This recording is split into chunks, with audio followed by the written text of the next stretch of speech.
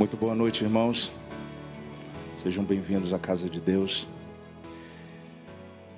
É maravilhoso estar na casa de Deus. Desde que eu estou aqui, faz uns 3 anos, eu me sinto muito à vontade, me sinto muito bem, me sinto muito acolhido. Eu passei praticamente 1 ano aqui no anonimato completo. Eu não sabia o nome de ninguém, eu não sabia, só conheci o pastor André Nunes. E eu sempre me senti muito à vontade, adorando a Deus nesse lugar. E esse lugar é a casa de Deus, é a nossa casa. Quando nós estamos reunidos, Jesus disse que onde houverem 2 ou 3 reunidos em meu nome, ali eu estarei. Tem uma frase que eu ouvi na semana passada de um professor meu, e uma frase que eu guardei no meu coração, que diz o seguinte: não importa o quão bom você é, mas o quão bom você quer ser. E traduzindo para a nossa realidade de crentes em Cristo Jesus, eu pensei em algo mais ou menos assim: não importa a transformação que Deus já operou na sua vida, mas toda a transformação que Ele ainda tem para operar na sua vida. Deus, Ele tem uma carreira para nós. Deus, Ele tem um caminho estabelecido coletivamente e individualmente. E nós somos a casa de Deus, a morada de Deus, o lugar em que nesses últimos dias Ele resolveu morar e caminhar ao nosso lado. Filipenses 1,6 diz o seguinte, o apóstolo Paulo: estou plenamente certo, estou convicto de que aquele que começou boa obra em vós há de completá-la até ao dia de Cristo Jesus. Quando eu penso no tema da série, que é tudo novo, me vem à cabeça a reforma de uma casa. Imagine que você ganhou muito dinheiro. Posso ouvir um amém? Se estiver precisando de um dinheirinho, essa é a hora de tomar posse aí, irmão. Então imagine que você ganhou muito dinheiro e que você queira reformar a sua casa. Você vai contratar um profissional adequado para poder te orientar. Você vai pintar a sua casa, você vai trocar os móveis, trocar eletrodomésticos. Você vai fazer por dentro e por fora uma reforma na sua casa. E quando você encontrar com alguém, você vai poder dizer: olha, eu tenho tudo novo dentro da minha casa. E o que tem isso a ver com a obra que Jesus está fazendo em nós, e já começou a fazer e ainda está fazendo, tem tudo a ver. O primeiro lugar que Deus habitou, morou com o seu povo, depois da queda no Jardim do Éden, depois que Adão sai do Jardim do Éden, Deus, ele resolve morar no meio do povo de Israel.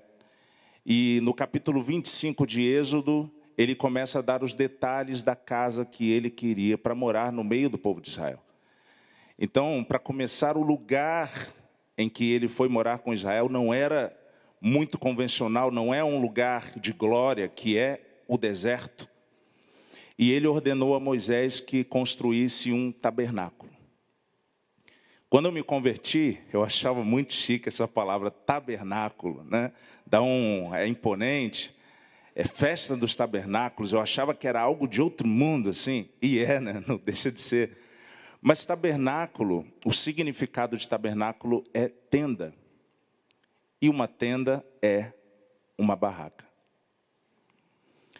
Então Deus, o Todo-Poderoso, aquele que formou todas as coisas, que formou os mares, que formou o céu, que formou o universo, que formou o homem, o Deus glorioso que habita todo o universo, e Ele está em todo lugar por causa da sua grandeza, Ele consentiu em morar em uma barraca no meio do deserto. É por isso que o Evangelho, para a mente humana, é impossível de compreender. Porque se eu perguntasse aqui quem gostaria de ir morar numa barraca no meio do deserto, eu acredito que nenhum de nós consentiria em fazer isso. Mas Deus dá a prova do seu amor pelo seu povo, quando Ele resolve habitar no meio do povo de Israel em uma barraca. E isso me lembra um texto que está em Filipenses capítulo 2, quando o apóstolo Paulo fala sobre algo que eu considero maravilhoso, que é o esvaziamento de Cristo. Cristo, ele deixa a sua glória, a glória que ele tem no céu, para poder habitar no meio de nós. Isso está em Filipenses, capítulo 2, se você tiver a sua Bíblia em mãos, pode ser a sua Bíblia virtual. Diz assim, versículo 5, Filipenses 2, capítulo 2, versículo 5.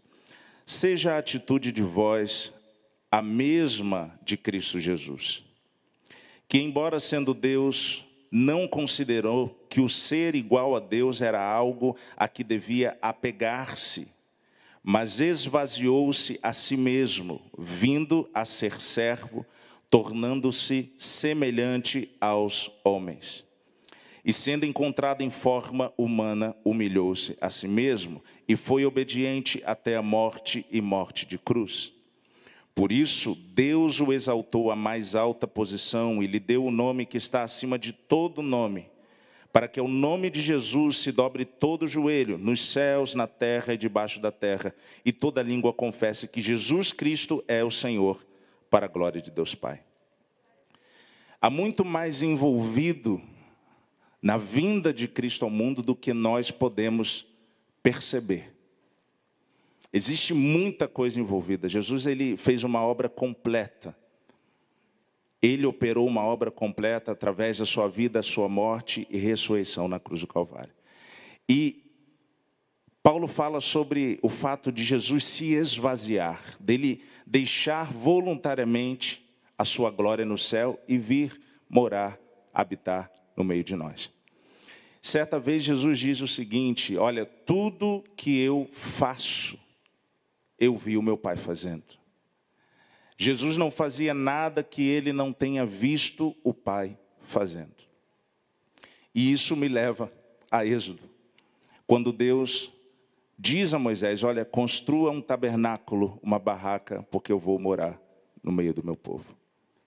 Deus, desde a antiga aliança, se esvaziava para poder estar no meio do povo. Deus, ele, por amor a nós, ele consentiu em habitar no meio do povo de forma simples, mesmo sendo o Deus de toda a criação. E Jesus, ele aprende a se esvaziar com o Pai. Depois que Deus sai do tabernáculo, se é que assim nós podemos dizer, ele vai para o templo de Salomão. Salomão, ele constrói um templo em Israel para o Senhor. 480 anos depois da saída do povo de Israel do Egito, Salomão, ele constrói o templo. E Deus habita naquele templo. É a referência do lugar onde Deus está. Quando o povo adora a Deus, ele se achega ao templo, ele sabe que a presença de Deus está naquele templo. E do ponto de vista humano, o templo era muito mais glorioso do que o tabernáculo, do que a barraca que estava no deserto. Havia ouro, havia pedras preciosas, havia cedro, madeira, mas ainda assim Deus estava em um local construído por mãos humanas. E isso é algo em comum que há entre o tabernáculo e o templo. Deus estava habitando no meio do povo, para estar próximo do povo em um local construído pelo homem. E o templo, ele foi destruído, ele foi reconstruído, ele foi destruído novamente.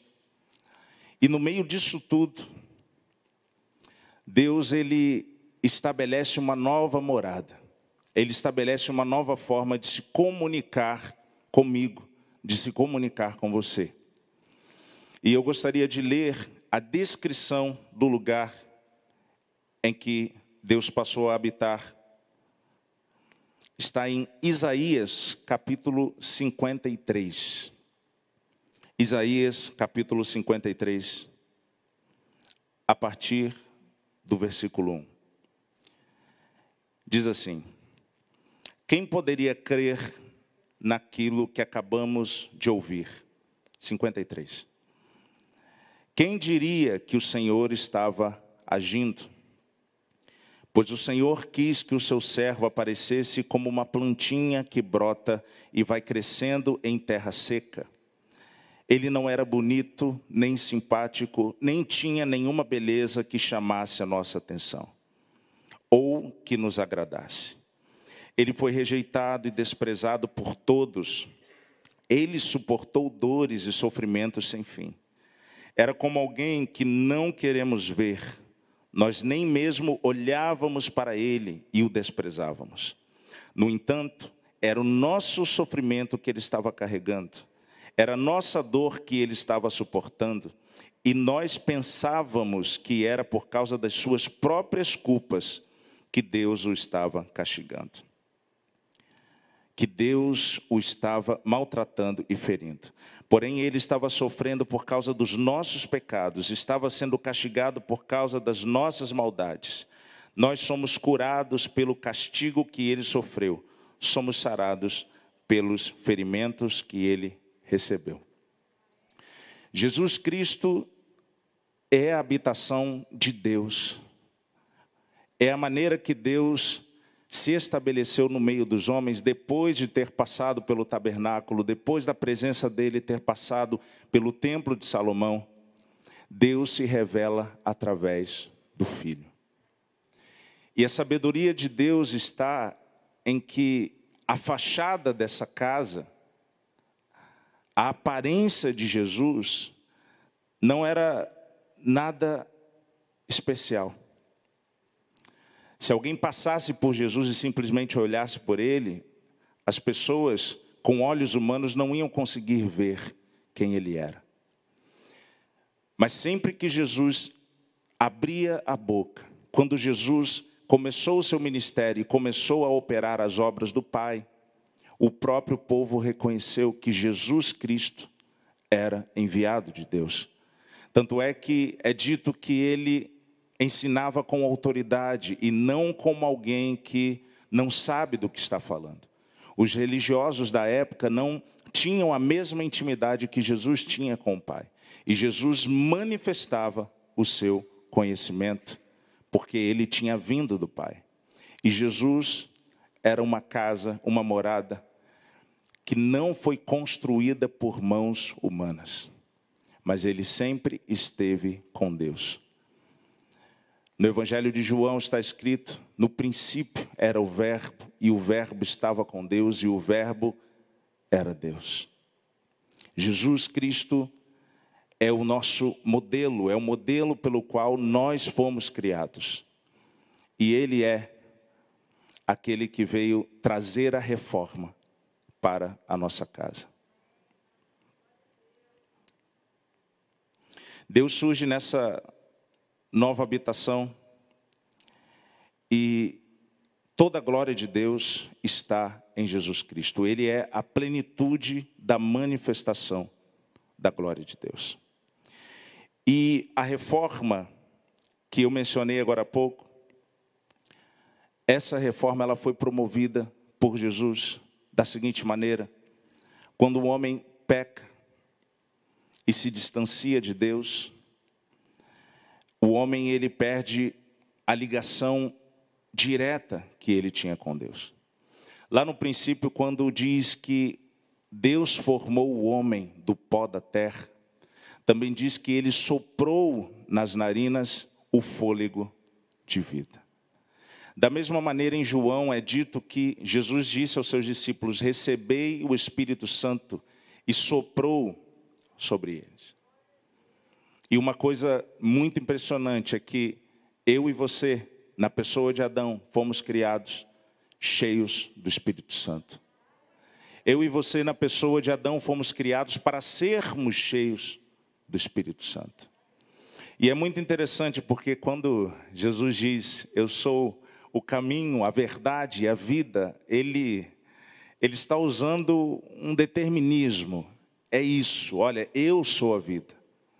E para quem não entende, para quem não conhece, para quem não vive a fé no Salvador, acha isso um pouco pesado. Da mesma maneira, tem um texto em João 15 que fala, olha, sem mim nada podeis fazer. Só que quando nós conhecemos ao Senhor, conhecemos a sua palavra, nós vamos entendendo o que Jesus quer dizer com isso. Então, em primeiro lugar, a realidade para nós que nascemos de novo é que não há vida fora de Jesus. Jesus ele veio para dar vida em abundância e fora de Jesus Cristo não há vida. Tanto é que a palavra diz, olha, ele vos deu vida quando vocês ainda estavam mortos nos vossos pecados. Então Jesus ele vivifica o homem. Ele traz uma reforma que eu e você não temos condições de fazer. Ele renova o homem para que o homem viva com Deus.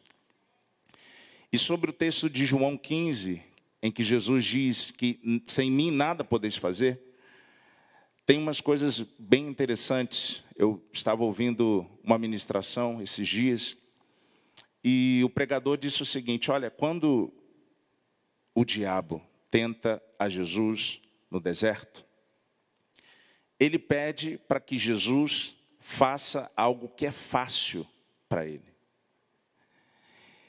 E quando a gente pensa, olha, transformar pedras em pães, não é algo fácil. Para mim não é fácil, eu acho que eu não teria nem a coragem de orar por isso. Mas Jesus Cristo, para ele,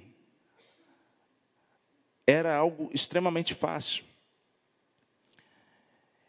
Então, ele disse o seguinte, quando nós somos tentados a fazer algo fácil, algo que está à mão, que você pode resolver. Agora, quando Deus te pede alguma coisa, Ele te pede algo geralmente impossível. E aí eu fiquei pensando nisso, e tem alguns textos da Bíblia que... E, por exemplo, está escrito, amai o seu inimigo, orai pelo que vos persegue, por aqueles que vos perseguem. E aí eu fiquei pensando nisso e realmente... Amar o inimigo, aquela pessoa que não gosta de você, que fala mal de você, que está na sua empresa e está tentando te derrubar, eu não considero isso uma coisa difícil, eu considero isso impossível. Se você tentar convencer a maioria das pessoas que você conhece aí, que estão no mundo, elas vão achar que isso é uma utopia, uma fantasia. E quando Jesus diz, olha, sem mim nada podeis fazer, ele está se referindo exatamente às coisas que Deus pede que nós façamos, porque somos filhos. E a palavra diz, olha, sejam perfeitos como perfeito é o vosso Pai. Então, através de Jesus, nós temos condições de realizar as obras que Ele nos ordenou que fizéssemos. E uma coisa muito interessante é que a vida, morte e ressurreição de Jesus Cristo, ela não trouxe apenas, entre aspas, perdão para os nossos pecados, mas ela nos trouxe poder para vencer o pecado. Ela nos trouxe poder para poder cumprir a carreira que Deus nos pediu. E que não é algo simplesmente no âmbito natural, mas é algo que nós devemos fazer espiritualmente. E a palavra declara que as coisas que existem, que se veem, que a gente pode ver, elas surgiram exatamente das coisas que não se veem. O princípio de tudo é o mundo espiritual. E em Deus nós temos essas armas, essa possibilidade de realizar a obra do Senhor. O apóstolo Paulo, também em Filipenses, capítulo 3, versículo 12, Filipenses, capítulo 3, versículo 12, diz o seguinte: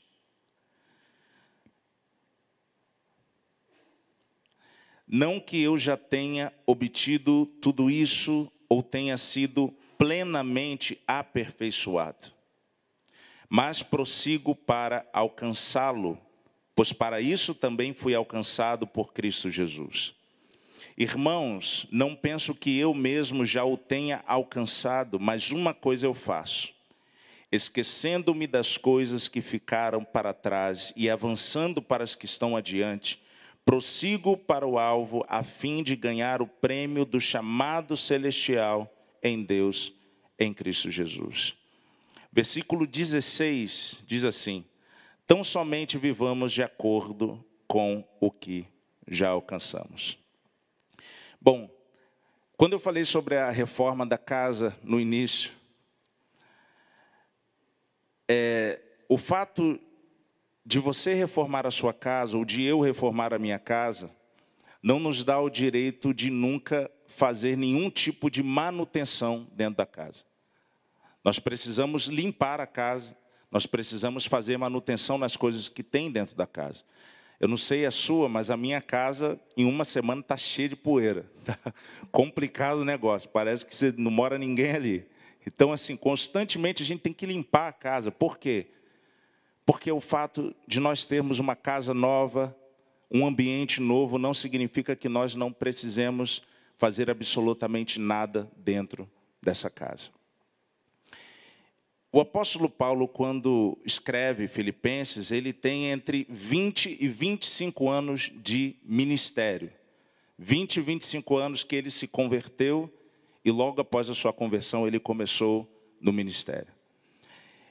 E é interessante porque, primeiro, Paulo diz que ele não alcançou a perfeição. Um homem que pregou o evangelho durante todos os dias, desde a sua conversão, um homem que influenciou amplamente os gentios, né? Um homem que escreveu a metade do Novo Testamento, um homem sábio. Depois de 25 anos de ministério, ou 20, ele diz, olha, eu não alcancei a perfeição ainda, mas eu prossigo para o alvo. Isso me mostra o seguinte, se em 20 anos de ministério, servindo ao Senhor, tendo experiências com o Senhor, ele ainda não estava parado, nós também precisamos seguir em busca do alvo, seguir em busca do cumprimento da carreira que Deus estabeleceu para nós. E Deus é tão sábio que cada um tem o seu lugar no corpo, cada um tem a sua função no corpo, e tem coisas que Deus estabeleceu para que você fizesse. Tem coisas que Deus determinou que você fizesse e ninguém mais vai fazer aquilo que Deus reservou para você, a não ser que você não queira fazer. E o apóstolo Paulo, ele diz, olha, eu me esqueço do que ficou para trás. E se você voltar um pouco aqui, no capítulo 3, ele diz, olha, eu considero tudo que eu vivi como nada, como perda. Porque eu considero que a vocação de Jesus Cristo e o próprio Senhor na minha vida está acima de tudo aquilo que eu vivi. Coisas boas, coisas ruins, e eu estou seguindo para o alvo. E como eu disse agora há pouco, o sacrifício que Cristo operou nos dá poder para cumprir a carreira. E nós não cumprimos a carreira, não fazemos tudo novo por conta própria, mas o Senhor nos renova diariamente. Deus, ele sopra, ele forma o homem do pó da terra e ele sopra nas narinas o fôlego de vida. Ele enche o homem do seu Espírito Santo. A palavra declara que quando Davi foi ungido rei, o Espírito se apoderou de Davi. E Davi era um homem bem dinâmico. Se você ler a história dele, ele geralmente sabia o que fazer. Ele era um homem de guerra e ele estava trilhando um caminho que não era fácil. Ele passou pelo deserto, ele passou fome, ele foi quase morto por Saul, o antigo rei de Israel, antes dele. Mas o Espírito Santo estava guiando os passos de Davi. Tem algumas situações da vida, nós estávamos conversando, eu e o pastor, coisas simples que Deus faz cotidianamente. E se você está atento, você percebe que a mão do Senhor diariamente te guia. Mesmo no meio da pandemia, do isolamento social, eu tenho esse testemunho para dar. Mesmo nos momentos difíceis, eu sentia a mão de Deus nos conduzindo. Nós passamos, eu, minha esposa e minha filha, 4 meses dentro de casa praticamente. E todos os dias o Senhor estava nos conduzindo. Nós vivemos em um mundo que a gente sabe como funciona. E nós não podemos nos dar ao luxo de deixar que um dia se passe sem que a gente esteja em comunhão com o Espírito de Deus. Porque Jesus, ele vem, ele habita no meio de nós, manifesta a glória de Deus e a responsabilidade que estava sobre Jesus de manifestar ao Pai para o mundo, ela é transferida para os seus discípulos. Certa vez Jesus estava com os seus discípulos e eles disseram: olha, mostra-nos o Pai e isso é o suficiente. E ele diz para eles: olha, há tanto tempo eu estou convosco e vocês não me têm conhecido. Quem me vê, vê o Pai. E Jesus, através da sua obra maravilhosa, nos tornou casa de Deus. Jesus é o segundo Adão. O primeiro Adão pecou, nós perdemos aquilo que tínhamos. E Jesus, ele restaurou a nossa capacidade de sermos casa. Ele restaurou a nossa capacidade de termos o Espírito Santo de Deus em nós. Em 1 Coríntios 3,16, está escrito lá: será que vocês não sabem que vocês são santuário do Deus vivo, casa do Espírito Santo de Deus? O Espírito Santo, ele mora em nós.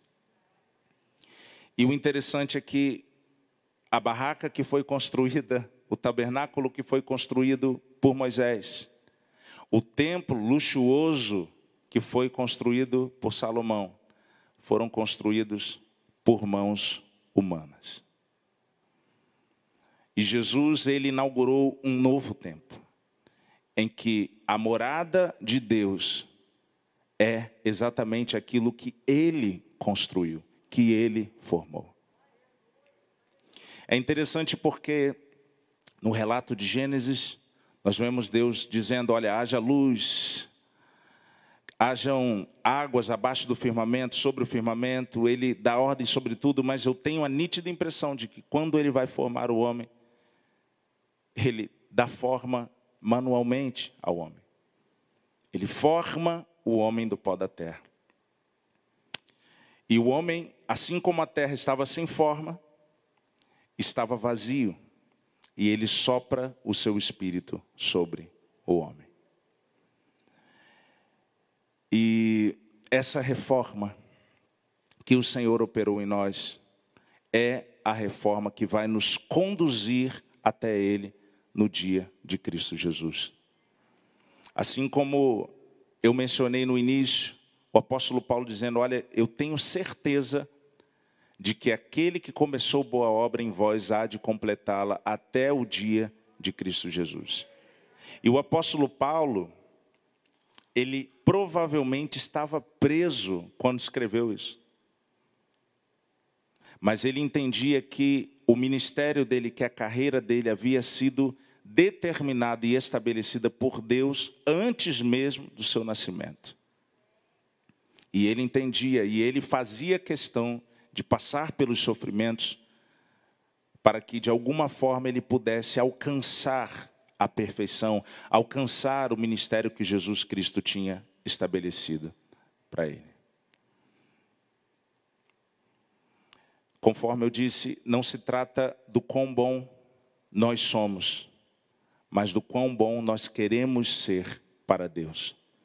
E nós temos em Cristo Jesus toda a ferramenta, toda a condição de honrar ao Senhor com tudo aquilo que temos. O Espírito Santo, segundo o próprio Jesus, nos ensinará todas as coisas e nos lembrará das coisas que nós aprendemos com Ele. Jesus Cristo manifestou o Pai enquanto esteve aqui. Ele disse isso aos discípulos e nós hoje representamos o próprio Jesus para as pessoas que precisam da salvação que nós recebemos. E a vontade de Deus é que todo o homem se salve. A palavra diz, inclusive, que, olha, Ele é a propiciação, Ele é o perdão, Ele é a remissão, não apenas dos nossos pecados, mas do mundo inteiro. E para poder alcançar esse nível, nós precisamos estar em comunhão com o Espírito Santo diariamente. Nós precisamos ouvir a voz do Senhor diariamente. Ele conhece as nossas dores, Ele conhece aonde o calo aperta, Ele conhece tudo sobre nós. E uma coisa interessante é que nós somos seres criados. Nós não nos definimos por conta própria. A nossa identidade está no Senhor. E nós precisamos recorrer ao Senhor para poder saber aquilo que Ele tem para nós. E certamente o Espírito Santo, Ele irá nos revelar sobre isso. Quero te convidar a ficar de pé. E vamos adorar ao Senhor, que é a fonte de tudo. Feche os seus olhos e dirija algumas palavras ao Senhor nessa noite. Agradeça pela reforma que Ele operou na tua vida, porque eu e você sabemos que sem Jesus nós não temos paradeiro. Se Jesus não tivesse vindo e manifestado a vontade de Deus, hoje nós nem teríamos uma escolha de servir ou não servir ao Senhor. Mas graças a Deus, nós alcançamos favor e uma grande oportunidade de estar reunidos com Deus. Pai, nessa noite nós te agradecemos.